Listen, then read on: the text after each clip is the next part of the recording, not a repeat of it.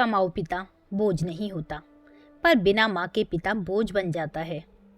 राम सेवक बाबू बार बार बेटे के कमरे की तरफ देख रहे थे कि वो ऑफिस के लिए निकले तो दो बातें करूं। जैसे रमेश कमरे से निकला और बैठकर जूते मोजे पहनने लगा। बेटा राजेश, क्या ऑफिस जा रहे हो? राजेश ने कोई उत्तर नहीं दिया तो वो दोबारा हिचकिचाते हुए बोले, वो मुझे कुछ कहना था। अब कहते हुए अच्छा तो नहीं लग रहा कि एक बाप अपने बेटे से फरमाइश करे, क्योंकि बच्चे पिता से फरमाइश करते हैं तो समझ में नहीं आ रहा कैसे कहूँ। राजेश चिढ़ते हुए बोला, पापा जूते मोजे पहनकर सोने तो जाऊंगा नहीं। आपकी तरह मुझे इतना आराम कहाँ है कि दिन भर घर में बैठो और सब कुछ सामने मिल जाए। देख तो रहे हो कि तैयार हो रहा हूँ तो दफ्तर ही जाऊंगा, और मेरे बोलने से कौन सा आप रुकेंगे? जो कहना है साफ साफ कहिए, मेरे पास वक्त नहीं है। वो ठहर ठहर कर बोलते, बेटा अब कैसे कहूँ, तुम्हारी माँ रहती तो मैं तुम्हें इतनी तकलीफ नहीं देता। वो मैं ये कह रहा था कि अगर तुम्हें वक्त मिले तो मेरे लिए 2 शर्ट ला दो। दोनों शर्ट के बटन टूट रहे हैं। तुम्हारी माँ रहती थी तो लगा देती थी, और वो शर्ट इतने पुराने हो गए हैं कि हर रोज वही पहनकर बाहर निकलता हूँ तो जान पहचान वाले टोकते हैं। तभी उधर से राम सेवक बाबू की बहू अंजना आई और बोली, बाबूजी आप हर समय इसी ताक में रहते हैं कि ये जल्दी में हो तो कुछ फरमाइश कर दो, तब तो इसे पूरा करना ही पड़ेगा। आप तो ऐसे कह रहे हैं जैसे माँ जी के जाने के बाद हम आपका ख्याल ही नहीं रखते। ऐसे तो आप शेर बने घूमते थे, अब क्यों भीगी बिल्ली बनकर बेटे से कह रहे हैं? और मुझे माँ जी की तरह खाली मत समझना कि दिन रात चूल्हा चौका करूं और फिर सबके शर्ट में बटन लगाती रहूं। राम सेवक बाबू बोले, बहू सही कह रही हो। वो घर संभालती थी पर अपने चेहरे पर शिकन नहीं आने देती थी। विमला के जाने के बाद मैं तो जैसे अनाथ ही हो गया हूँ। और वैसे भी कमाऊ पिता बोझ नहीं होता, पर बिना माँ के पिता बेटे बहू पर बोझ बन जाता है। समझ सकता हूँ, मैं तुम लोगों के लिए परेशानी बन गया हूँ। आए दिन तुम लोगों से फरमाइश जो करता रहता हूँ। राजेश बोला, बस बस बाबूजी, अब इमोशनल ड्रामा करना मत शुरू कर दीजिए। अगर शर्ट के बटन टूट जाते हैं तो उसे मत पहनिए, पर कम से कम ताने तो मत दीजिए। याद है ना, बचपन में जब मैं नई शर्ट मांगता था तो कहते कि क्या जरूरत है, माँ तुम्हारे बटन लगा देगी। तो अब आपकी भी समस्या का मेरे पास समाधान है। वो हैरानी से बोले, वो क्या बेटा? राजेश अंजना से बोला, अंजना मेरे कितने शर्ट पुराने हो गए हैं जो अब ऑफिस पहनकर जाने लायक नहीं है। ऐसा करो, उसमें से 2 शर्ट निकालकर बाबूजी को दे दो। मेरे लिए 2 शर्ट ऑनलाइन ऑर्डर कर दो।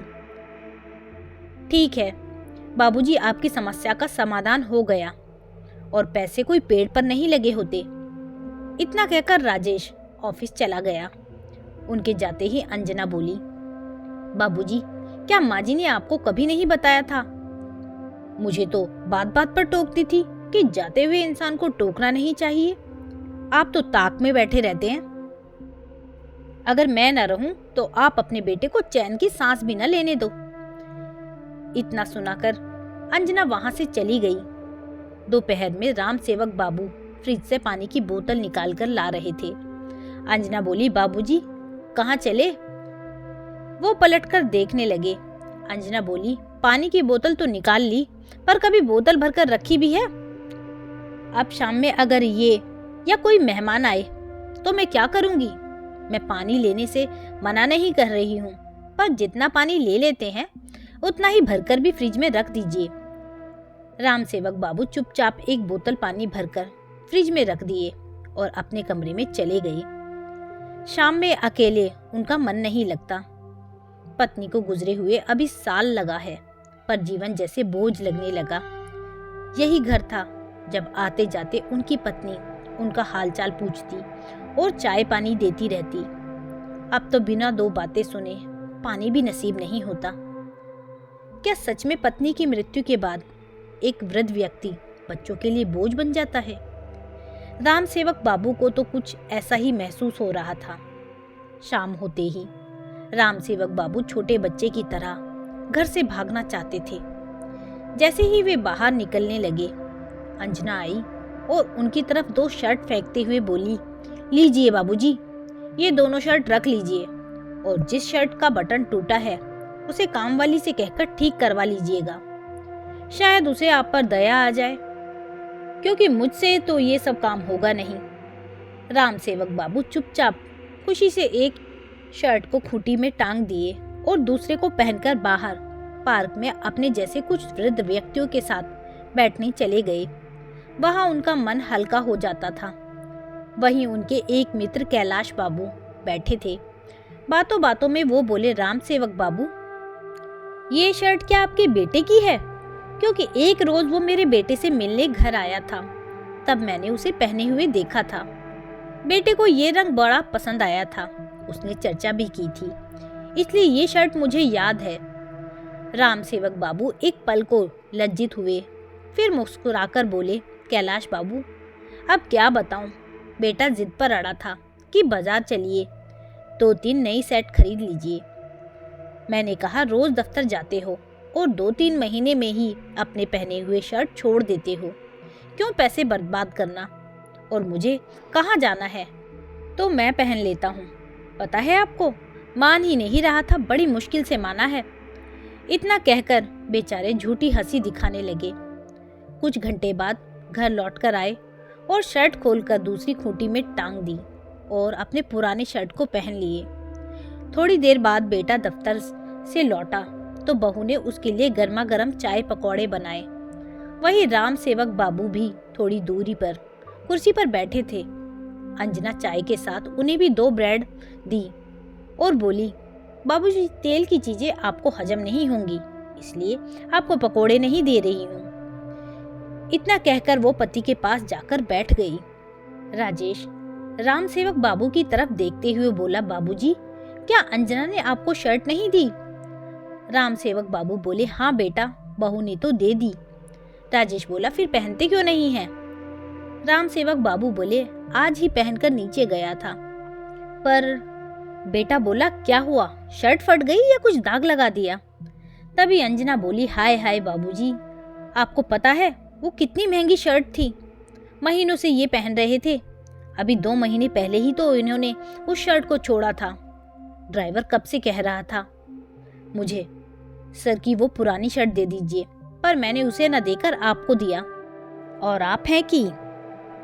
राजेश बोला, बाबूजी, उम्र होने के बाद बुढ़ापे में लोग जिम्मेदार हो जाते हैं, पर आप तो माँ के जाने के बाद बहुत ही लापरवाह हो गए हैं। मैंने सोचा था गांव से यहाँ आपको लाकर रख लूंगा तो आप कुछ सीखेंगे, पर आप तो, ये आपकी बहू आपके लिए इतना कुछ सोचती है और आप उसकी परेशानी बढ़ाते हैं। राम सेवक बाबू बोले, नहीं बेटा, ऐसी कोई बात नहीं है, शर्ट ना तो फटी है ना दाग लगा है। वो क्या है कि मैं उसे पहनकर नीचे गया था। किशोर बाबू ने वो शर्ट देखी और बोले कि ये शर्ट आपका बेटा पहनता था, तो मुझे लगा उनके मन में तुम्हारे लिए कोई गलत विचार ना आ जाए, इसलिए मैंने उसे उतार कर रख दिया। राजेश बोला, क्या जरूरी था आपको वो शर्ट पहनकर किशोर अंकल से मिलने के लिए जाना, और गलत विचार उनके मन में नहीं बल्कि आपके मन में आया होगा कि मैं पुरानी शर्ट पहनकर जाऊं, लोगों को दिखाऊं कि देखो मेरा बेटा मुझ पर ध्यान नहीं देता। कितना भी कर लो, आप किसान के किसान ही रहेंगे, मिट्टी में पले बड़े हैं, शहर के तौर तरीके कहाँ से सीखेंगे। इतना कहकर किशोर उठकर चला गया। अंजना बोली, बाबूजी, आज आपने इनका मूड खराब कर दिया।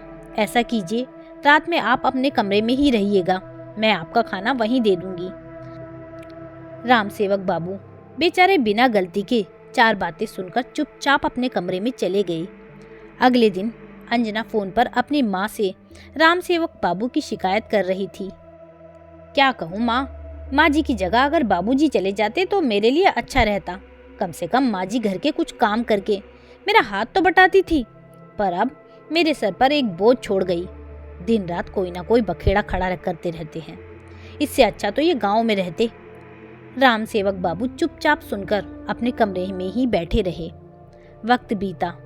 कुछ दिनों बाद उनकी काम वाली सीताबाई आई और बोली, बाबूजी कुर्सी पर बैठ जाइए, आपका बिस्तर झाड़ देती हूँ। लगता है कई महीनों से चादर नहीं बदली। आपको बदबू नहीं आती? राम सेवक बोले, सीताबाई, बड़ी मेहरबानी होगी अगर चादर झाड़कर फिर से लगा दो। बदबू तो आती है, पर क्या करूं बेटा, मैं बहू का काम नहीं बढ़ाना चाहता। क्या तुम मेरा एक काम और कर दोगी? सीताबाई बोली, बाबूजी, वैसे तो मेरे पास बिल्कुल भी वक्त नहीं है, पर अम्मा जी कहती थी जब मैं ना रहूं तो बाबूजी का ध्यान रखना। तो बताइए क्या बात है? राम सेवक बाबू जल्दी से अपनी शर्ट लेकर आए और बोले, देखो इसका बटन संभाल के रखा हूं, क्या तुम इसे टांग दोगी? सीताबाई मुस्कुराई और बोली, माँ बाप भी बूढ़े होने के बाद बच्चे हो जाते हैं। अम्मा जी क्या गई, आप बिल्कुल मुरझा गए हैं। क्या करें बाबूजी, जो किस्मत में लिखा होता है उसे तो काटना ही पड़ता है, पर सब बूढ़े लोग एक जैसे नहीं होते। राम सेवक बाबू बोले, क्या मतलब है? सीताबाई बोली, मेरे सास ससुर को देख लो। मेरे ससुर रिक्शा चलाते थे, बूढ़े पड़ गए, अब घर में बैठने लगे हैं। एक रोज मेरा मर्द गुस्से में उन्हें कुछ बोला। ससुर को पता था कि उनकी उम्र हो गई है, बेटे से हाथापाई में तो जीत नहीं सकते। राम सेवक बाबू बोले, फिर क्या किया तुम्हारे ससुर ने? सीताबाई हंसकर बोली, क्या करेंगे जानकर, पुलिस स्टेशन में रपट लिखा दी और बोले मेरी खोली खाली करो। तुम्हें और तुम्हारे परिवार को रखता हूँ तो खर्च भी होता है, इतने खर्चे में एक बाई लगा लूंगा तो ना मुझे दिक्कत होगी ना तुम्हारी माँ को। राम सेवक बाबू आश्चर्य से सीताबाई को देख रहे थे और बोले, तो तुम्हारे पति ने क्या कहा? सीताबाई हंसकर बोली, कहेंगे क्या, आज की दुनिया में घर और राशन में क्या कम खर्च नहीं होता? अरे इतने पैसों में तो कितने माँ बाप को लोग खिला सकते हैं। वो दिन था और आज का दिन, आज तक मेरे मर्द ने उनसे ऊंची आवाज में बात नहीं की है।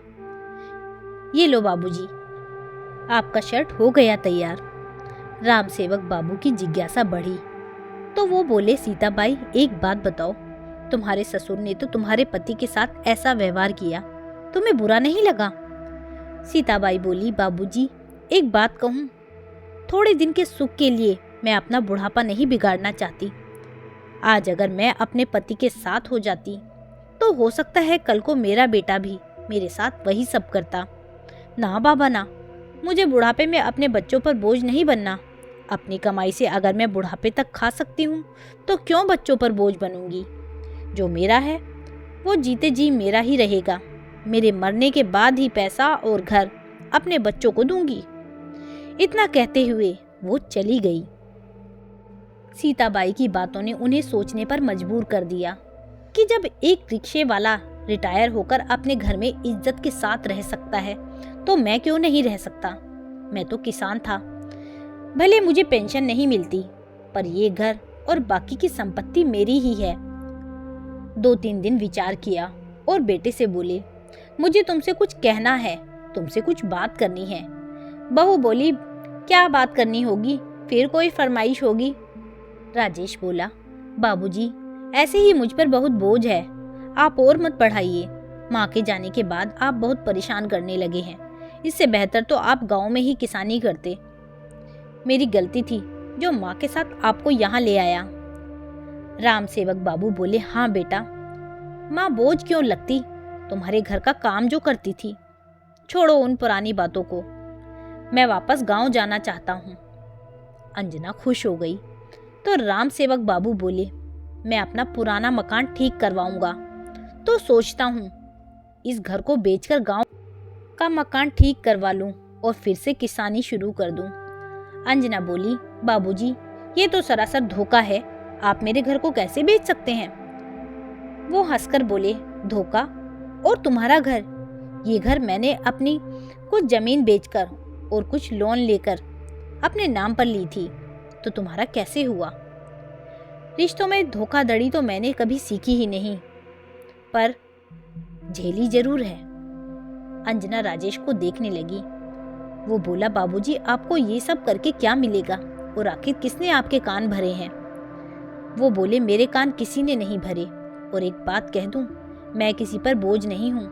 भले ही नौकरी नहीं करता था, पर एक किसान था, अपने पसीने की कमाई खाता था और आगे भी खा सकता हूँ। आज जो तुम नई शर्ट और टाई पहनकर जाते हो, कभी सोचा है उसी मिट्टी और पसीने की बदौलत यहाँ तक पहुँचे हो? मेरा फैसला सुन लो, अब मैं गांव जाकर रहूँगा। मुझे फिर से खेती शुरू करने के लिए कुछ पैसे चाहिए, जो कि मेरे पास नहीं है। तो इस घर को मैं बेचकर तुम्हें 2 कमरे के घर के लिए पैसे दे दूंगा और बाकी के पैसे से मैं अपनी जिंदगी फिर से शुरू करना चाहता हूँ। बहू बोली, बुढ़ापे में आप सठिया गए हैं, आपकी उम्र है जिंदगी फिर से शुरू करने की। राम सेवक बाबू बोले, देख रहे हो सीताबाई को, एक घर में काम छूटता है, फिर नए सिरे से दूसरे घर में काम शुरू कर देती है, तो मैं क्यों नहीं शुरू कर सकता? मैंने किसी को कहकर 1 हफ्ते बाद की टिकट करवा ली है। 2 दिन बाद इस मकान को देखने के लिए कोई आ रहा है, तो तुम भी तैयार रहना। इतना कहकर राम सेवक बाबू अपने कमरे में चले गए। राजेश और अंजना को जोर का झटका धीरे से नहीं बल्कि बहुत जोर से लगा। राम सेवक बाबू के आगे पीछे दोनों घूमते रहे, परंतु वो अपने निर्णय पर अडिग रहे। आखिर वही हुआ जो उन्होंने चाहा। मकान को बेच दिया, बेटे को आधे पैसे दे दिए और वापस गांव चले गए। बेटे को परिवार लेकर न जाने कितने महीने किराए के मकान में रहने पड़ा। फिर करीब साल भर बाद उसने एक छोटा सा मकान खरीदा और गांव जाकर पिता के पैर पड़ता, माफी मांगता। पर राम सेवक बाबू उन्हें ये कहकर वापस भेज देते कि मेरे मरने का इंतजार करो, जब मैं मर जाऊंगा तो ये सब तुम्हारा हो जाएगा, पर मेरे जीते जी मेरी संपत्ति तुम्हें नहीं मिल सकती। दोस्तों, जो माता पिता अपने बच्चों के लिए सब कुछ न्यौछावर कर देते हैं, आखिर एक समय पर वो कठोर क्यों बन जाते हैं? अगर एक माँ के जाने के बाद पिता की देखभाल हम अपने बच्चों की तरह करें, तो इसमें क्या बुराई है? अगर हम अपनी जिम्मेदारी नहीं निभाते हैं, तो उनसे कुछ मांगने का हक भी नहीं रखते हैं। तो क्या राम सेवक बाबू का फैसला सही था? मुझे कमेंट करके ज़रूर बताइएगा। आपको अगर कहानी अच्छी लगी हो तो कहानी को लाइक कीजिएगा, शेयर कीजिएगा। साथ ही चैनल पर नए हैं तो चैनल को सब्सक्राइब करना ना भूलिएगा। कहानी सुनने के लिए बहुत बहुत धन्यवाद।